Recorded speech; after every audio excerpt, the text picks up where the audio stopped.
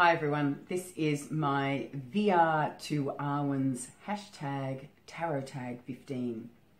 This is, I think, my fourth VR actually.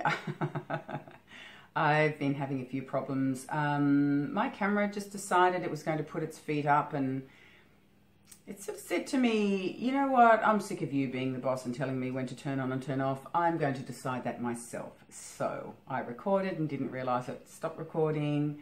And then to top things off, my internet sort of jumped on the bandwagon and said, I think I might take 1,000 hours to upload your videos just because. So aren't I lucky? Now I have really good internet. So clearly, I don't know if they're doing some work in my area, but there's something going down. So I've decided, A, I will not be conquered, and B, I'm going to record it again. And if it cuts out, I'm just going to edit all the other bits and pieces I have together. So if all of a sudden I change, you'll know, you'll know what happened. Because my answers remain the same. By the way, I've really enjoyed watching everyone else's video responses too. It's been so good. So number one, what is your current favorite deck? For me, I don't have one current favorite. I'm rotating 3 predominantly at the moment, and it's interesting because they're all a part of my getting to know you journey. So don't worry, I'm not going to sing it. But yeah, rather than, like, to answer this question, if I think about what is my favorite deck, it's not about at the moment which deck I feel that I want to use to just do tarot spreads for myself. These are getting to know you. These are learning decks, and that's my primary focus at the moment. And let me give you an example. The first one that I'm continuing my journey with, I have had this for a few months, and that is the Celestial Tarot. So I love the fact that the color palette is quite soft, but you certainly know the difference between the masculine energies and the feminine energies in this deck, and I'll show you what I mean. But all in all, I was really drawn to this deck, well, because it stems from mythology, astrology, astronomy, constellations, elements, seasons. It's quite unique, I think, in its style of artwork. You can use it intuitively. However, I think it's highly advantageous with this deck to have the book, the proper book, where you can learn the intricacies of this deck, and that's what I'm aiming for. The Little White Book is a help in this case, but yeah, obviously there is more. And I purchased this from the beautiful Katie Flowers. It was me that did trim it and edge this deck. I love the color palette, but just that sort of baby blue isn't kind of my usual MO, so I decided to, yeah, just trim it down. I'm really happy with it. But I'll show you first of all. There are a few, sorry about the lighting too, the sun is just blaring through the window, which is nice for me, but not so great for you. You'll see here, some cards are different as well, like just to give you a few examples, there is the sun. When I say different, they're not the standard Rider-Waite clone, which is what I love. There's the Hierophant. So yeah, centered around Taurus the Bull. You've got Taurus and Venus energy there. 6 of Cups. Standing there with a club is not what you normally expect to see. But not only that, here are some of the feminine cards, like feminine energy to boot. Beautifully done. Soft and gentle, but still you see the strength in the Queen of Swords. And as the masculine side, you can see there. So when this deck wants to speak masculine, it does. When it wants to speak feminine, it does. And you can, you know, certainly see the difference between the two. And that's what I find really appealing. Then there, you know, you're dealing with things like mythical sea creatures, or at least that's what they look like to me. There are animals incorporated into this artwork. So I think you can take, you know, you can see all the astrological glyphs there. I think you can take this far and wide, and that's what I love. I love the study journey that goes with this deck. So that's that one.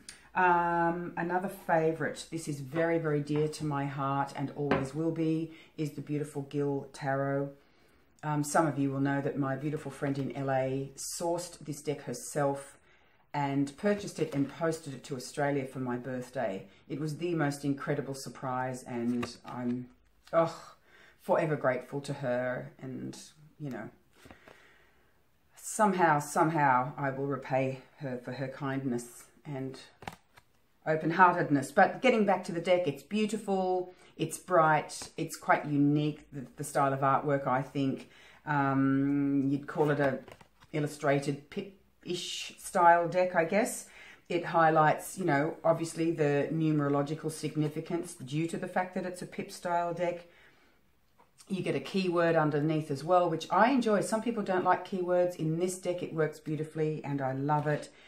I think it's classed as mixed tradition. So again, it's not a Rider-Waite clone. I can't say anything about it that is even mildly negative. There's just nothing I don't like. There's everything I do like. So this is another one. And last but not least is a deck that I only just received last week. It's been on my wish list forever. And that is the amazing Handel. You know that backing, right? Another pip style deck. Just getting right into them at the moment. But these are sort of pip decks plus. Like, I am living in Symbolism City right now. There's just so much between these three decks. There's so much going on in the artwork. I love it. So you can see here, it's this deck is derived from Hindu, Egyptian, American Indian philosophies and more. It incorporates I Ching. There's a hexagram down there.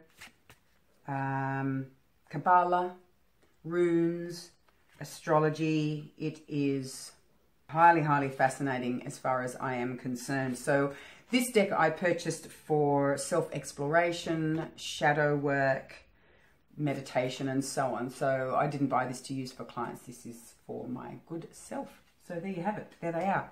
Next question. What tarot card do you think stands for who you are now?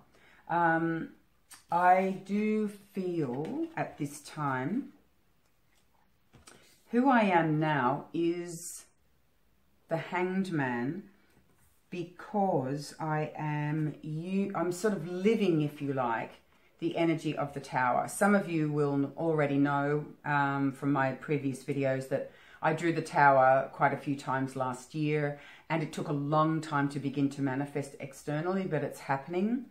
The strange thing is I feel really good right now, so that's fabulous, but I don't know if it's the calm before the storm. I just have to keep my wits about me and stay calm about it, because for it to come up 5 times, clearly the best is yet to come. So yeah, but the Hanged Man to me feels right. I think, or I sense, that I am currently moving through a spiritual, cosmic, mental, emotional defrag and reboot. That's the best way I could describe it. As you know, he says, wow, life appears to be upside down. While I'm here, it'll give me an opportunity to gain a completely different perspective on life. So this is a great time to release any mental dross. Just let it fall out. That's the way I look at it. Ignorance, ego fears, any rubbish, outmoded, outdated programming, just let it fall through. And hopefully Mother Earth will catch it in her hands and turn them into crystals. That's always my wish. And of course, while I'm here, I am given a golden opportunity to make room, make way, embrace, absorb, take in greater understanding, to again reboot my mental mind and my higher mind, at least. So that's pretty important. I always think about the Hanged Man card saying, you know, you need to hang around for a little while. Don't miss this opportunity. Don't waste it. But of course, don't hang around forever. At some point, you have to hop back on your feet and start dancing. start moving forward again. And that's the thing, I feel that's the key. It's not just about hanging upside down. It's the fact that I can feel that quite soon it's time to move again. And I think that energy is just starting to creep in. So, number 3, what tarot card do you think stands for who you want to be? I felt like I was all temperance. Like, you know, the prompt asks, what tarot do you want to be? And considering what I'm moving through, I thought it was highly appropriate to combine properly the opposing forces and energies that I see and that I sense. So it's time for a state of equilibrium within the self. And I love the fact that this card shows very distinctly the fire, earth, air, water. She's standing in this amazing energy vortex, one hand touching the fire, more or less, one hand touching the rainbow or the air sector. And I just thought, well, yeah, there's swirling energies around me, but I need to be that central harmony between the opposing forces. You can see those two. Well, I think they're mountains in pyramid shape, or they're pyramids themselves. I think they're mountains, but I just feel that at this time, this is who I need to move into this energy. So I think that's the whole point, is I'm feeling that energy starting to push me forward. So, okay. Question number 4. Draw a tarot card and tell us how it answers the question, what does the universe want you to know right now? Okay, what does the universe want me to know right now? Let's have a shuffle. What does the universe want me to know right now? Okay, looks like this is the one. Now, you know, I've been having some issues with my camera, which is why there are a number of different videos that have been edited together. But this is the 3rd time out of 5 that this card has actually appeared. So that's really interesting. And considering I'm living that tower energy, so I'm standing on shaky ground. I feel good. I said it earlier on. I do feel really good at the moment. However, I know that that energy hasn't left me yet because I drew the card so many times. So to see this card, it is a relief, and it also makes a lot of sense. You know, when you think of the 3 energy, we talk about growth and creativity, communication. To me, 3 is a working number. 3 is negotiations and teaching and learning and contracts and all sorts of stuff. It's Gemini. So if you think about that, to me, I feel the 3 being a fire card, it's showing me that the energies of creativity are here, or they're coming. They are within, and it's time for me to tap into that and start doing something. If 3 is the number of growth, and Wands is creativity and action and passion, it's time to start networking. It's time to start putting pen to paper, or start that teaching that you've been talking about forever. And funnily enough, I actually did have a meeting a week ago with a fellow healer, and he approached me, and, well, that's not right to say. We basically came together, and we were both thinking the same thing. Wouldn't it be nice if we could work on a project together? And we agreed that it would be lovely to teach. Assist people to open up to delving into that artwork and taking a path of self-discovery and self-mastery. That's what I wish to teach. So looking at this card, I feel that I have the green light.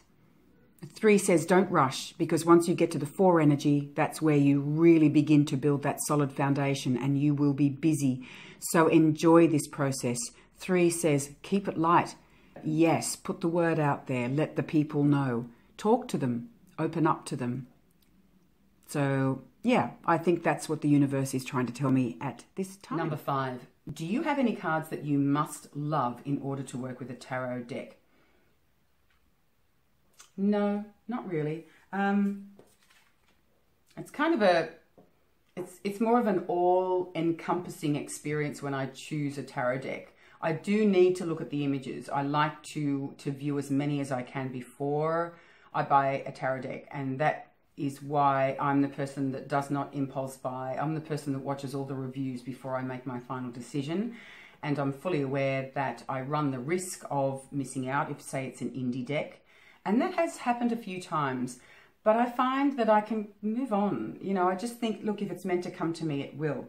I did not think in a million years I'd be holding the Gil in my hand. I'm rambling. The answer is no. There's no particular card I must love, but I suppose I need to love the majority of the deck, and I need to feel the connection. For me, that's what it is. So I can love the artwork of a deck. I love the artwork of many decks, and I have a long wish list. But I don't necessarily feel the need to work with them at this time, so I don't buy it. Like Handel has been around forever, and I just felt that push just recently. Now it's time. You're ready for this deck. So that's kind of the way I look at it. Number 6. Why tarot and not some other divination system? Like many of you have said, I do have other divination systems. I actually started my, I don't know if you'd call it divination, it can be used that way, but I started my personal journey with psychological astrology. I was about to say astrology, but psychological astrology is what I studied. And within that 2-year diploma, we studied also tarot and numerology. So that's where it all began for me. I've always seen them as blended and interwoven. It's just the way it is for me. So that's why I like decks that have astrological associations, because it makes perfect sense. So yeah, really, yeah, there are divination systems other than tarot, but I will say that tarot is my number one. It is my primary at the moment, and I bring in numerology and oracle cards. I love cartomancy in general and want to study more. Lithomancy, I made myself a little crystal set, so, you know, there's a lot more practice to do, but yeah, I like to expand my horizons.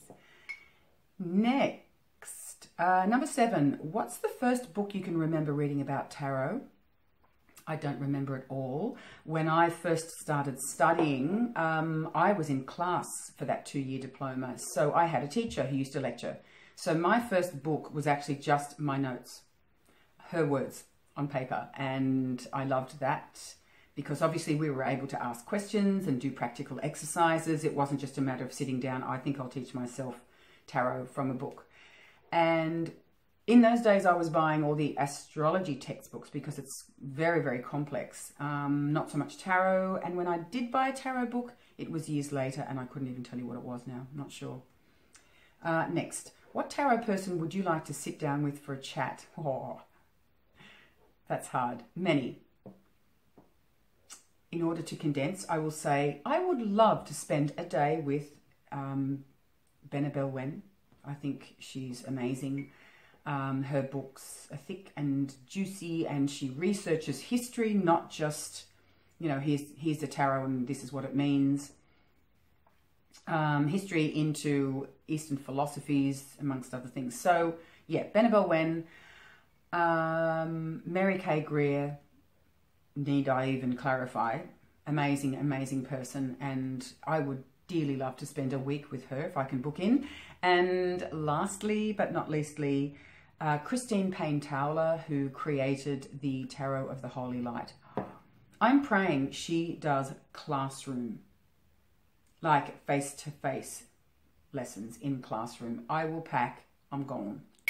You'll see me there. I hope so, one day. Because she has a mystery school, doesn't she? Anyway, yes, I would love to spend some time with her. Question number 9. Tell me about one YouTube channel that you watch and why. That's a tough one. Just to me, the tarot community is one. So to pick out one out of all the channels I love, wow, really sort of testing my ability here, Arwen. So I might get an F for fail on this question. if I'm to mention one channel, I'd like to send out a big hats off and a heartfelt thank you to Kellyanne Maddox, because it was her channel that I discovered first of all on my YouTube journey, just as a viewer. I certainly wasn't uploading videos then. And due to the fact that people are commenting and sharing, from there I very quickly discovered Owl Moon 513, Ethany Dawn, Wild Moon Tarot, who, as you know, is now Wild Moon Woman, the beautiful Elise, and Avalon's Spiritual Odyssey. So they were the YouTube channels that I discovered first up, but that was out of Kellyanne Maddox. So I would just say, yeah, big thank you to her, and she's still out there doing her work and has expanded her horizons tremendously, and I'm a big fan.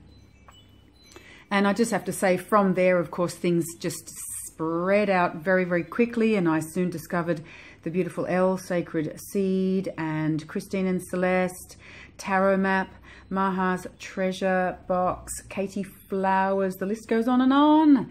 I feel a very strong spiritual connection as well as an intellectual connection and a heartfelt connection to Nobody Here and Jessie Huntenberg. And more recently, thanks to Ethany's 31 Days of Tarot, I met people like Tarot Alchemist and Planet Nincole and Two of Owls, and the list goes on. So I need to just stop right now. Oh, and a big shout out to Tom Benjamin. I absolutely adore you. I'm not sure if I missed Truth in Story. Sorry if I did. That's definitely, I'm just relying on my memory, which is probably not the wisest thing to do. But yes, Kelly from the Truth in Story certainly came in the early days also. And, you know, we're all still around, and that's wonderful. Anyway, I think that's enough. But Kellyanne, thank you. It was you and your knowledge and what you have to share and your willingness to just assist people in, you know, across the airwaves in the areas of tarot, well-being, psychology and coaching. You rock. Okay, time to move on. How many tarot decks do you have? I did count and wrote it down, and now I can't find that envelope. If I remember correctly, I have 38 tarot decks and 47 oracle. And those oracle encompass anything from I Ching to astrology cards, to, you know, all the beautiful oracle cards that we know and love, like Sacred Rebels, that kind of thing. Numbers, numerology cards. So that's why my oracle collection is bigger than my tarot collection, due to the fact that they cover so many different subject matters, and the fact that I have a fantastic second-hand bookstore in my area, and they do get cards in. They'll often just get bulk cards in, and they're like between $5 and $10 each. So, you know, why would you not? Where am I up to? Do you mix oracle and tarot when you read? Yes, I do. Always have, always will. For client readings, I like to just end off the session with an oracle card. I might even give them two different oracle decks, or I might invite them to pick the oracle deck of their choice, you know, depending on how the read's going and what came up. Number 12, have you ever created your own tarot card or deck? I've created a deck, can't really call it tarot. I've created, just quickly, because I know this is getting too long, I wanted to start a deck just for psychological reasons, experimenting, calling upon spirit guides, etc. And just words. That's what I wanted. And because I was impatient, I just printed them all out on photo paper, and then went and, oh God, it took forever. I had to cut them all out, then corner them, then laminate them, then cut them out again. Let me tell you, it took forever, but I love them. I did them, hello, they're all upside down, sorry, because they're 4 ways, but I just did them in chunks of around 60. There was no particular formula I had in mind. It's just when I would think of a bunch of words that I thought would be appropriate for this experiment, I added it to a file, And then, yeah, I ended up with 155. Hello, there's so many of them. And you just put them all over your table and swizzle them around. And some of the questions, sorry, some of the responses has been really quite amazing. And it's cryptic, but I know what it means. And the few times that I was a little bit uncertain of the message from that deck, when I had a client in front of me, it was amazing because this one woman in particular almost jumped out of her chair and she said, I know exactly what that's saying. So a really good experiment. The other deck that I made, I call this my Around the Sun deck. I took this photo. This image is one of the large images in the Space Center in Los Angeles, and they have all the planets. It's, oh my God, you've got to go to that place. And there's an aquarium in there as well. So I just took, you know, or used one of the photos I'd taken in the aquarium for the other side. The idea of this deck is it's round, and I just wanted to play around with it by degree, if you like, whether, you know, the card comes up at 12 o'clock, whether it's really energized, overexposed, upside down on itself, or it's developing or underdeveloped. I just did very, very plain, as you can see, the majors, and then I did for the minors. There's only one minor. There's not suits. It's just numerological significance. So that's, you know, which way is the 5, which way is the 4. And then I did pips, and I did the 4 elements, fire, earth, air, water, with seed, sprout, bud, and bloom. And it's amazing. It does work. As you can see, there's the sprout of air, the bloom of water.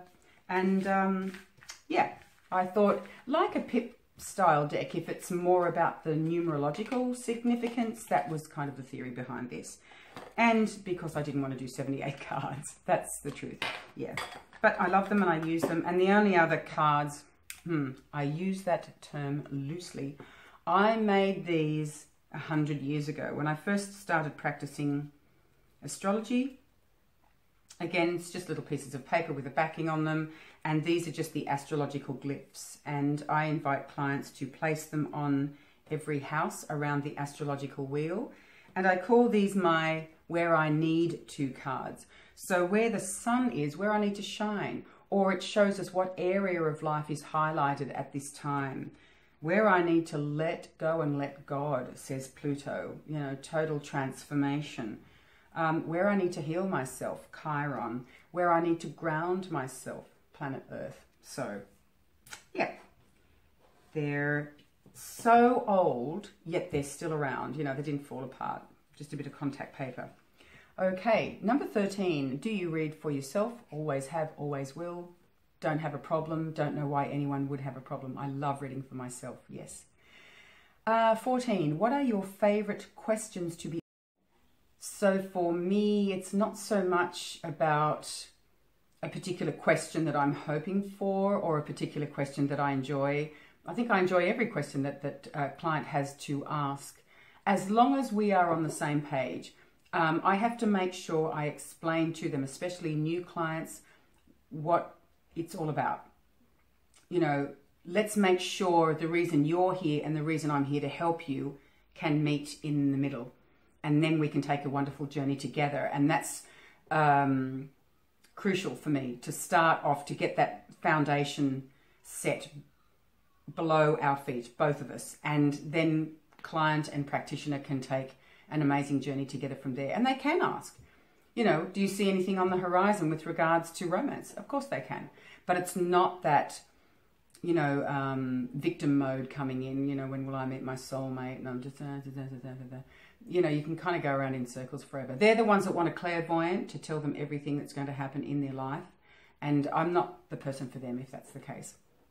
Number 15. What's the craziest thing that happened to you during a reading? I can't actually recall something crazy. I had some crazy people come in when I worked in a healing center. One of which was, I remember his name, but I won't say it, but he was so eccentric. He was like the nutty professor. And in the beginning, I didn't really take to him. I just thought, oh God, this guy. But he kept coming back. And, you know, I had to take that as a compliment.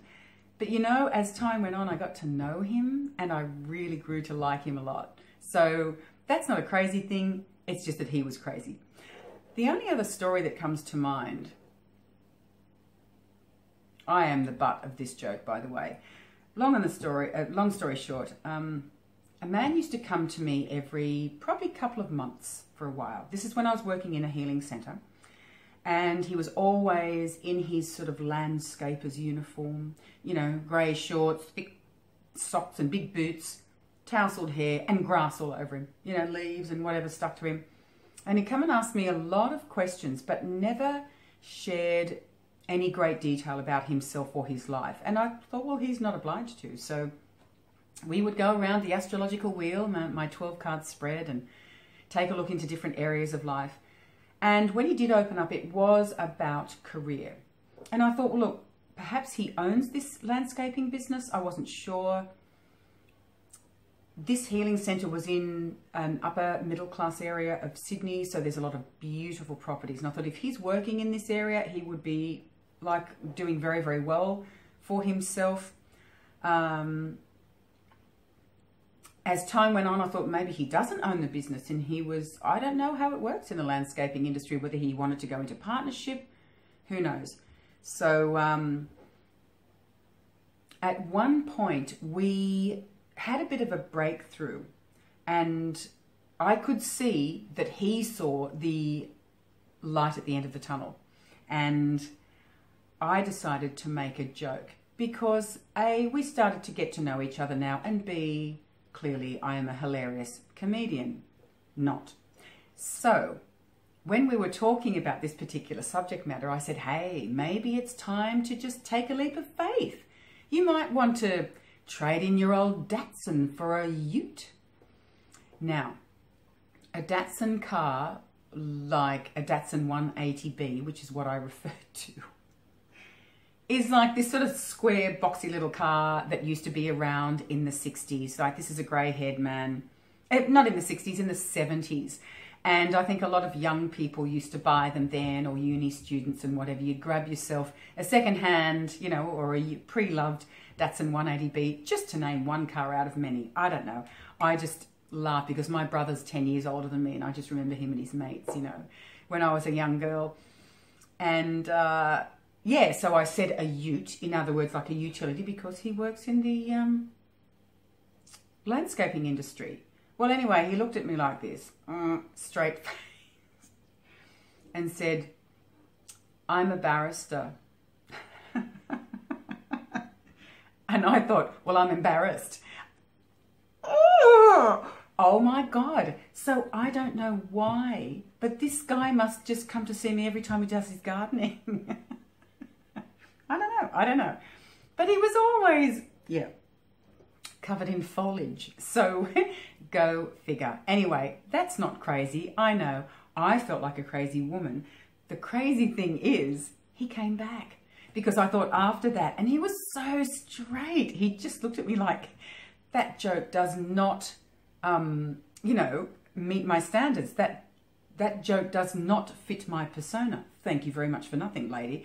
And I thought, well, that's it, I've lost him. What a shame. Well, he came back. Not only did he come back, he opened up to me. And he was preparing to move up the ladder. Yes, become a judge. And I was astounded, people. The bitching. You know, people didn't want him to make that leap. They clearly felt threatened by him. But he was having a great... Well, put it this way, he was met with the mountain. Think the mountain card in Lenormand. He was met with so much opposition. And it's just the gossip and slander that really floored me. You're talking about people that work in the legal system, the top of the mountain, and they were carrying on like bitches, like classroom gossip, spread rumours about this person, yada, yada, yada. I had a mayor come to see me once, same thing. My God. So, excuse me. you think about some of the environments in which you used to work, like the office or, you know, the department store, whatever it be. And you imagine, you know, once I finish uni and I'll be up there, it's all going to be highly intelligent people who are grounded and sincere and feel no need to stoop so low as to gossip about others. Nah, it seems to me that it's human nature. So that was a very long-winded question, and it wasn't crazy, other than I thought it was crazy that he came back, but I'm so, so, so grateful, and I learned so much. So anyway, this has been way, way, way longer than I expected. Sorry about that, folks, but if you actually reached the very end, thank you. Thank you so much for taking this time, taking this journey with me, and thank you, Arwen. This was such a great prompt. I really enjoyed watching everyone's videos. Talk to you all soon. Bye.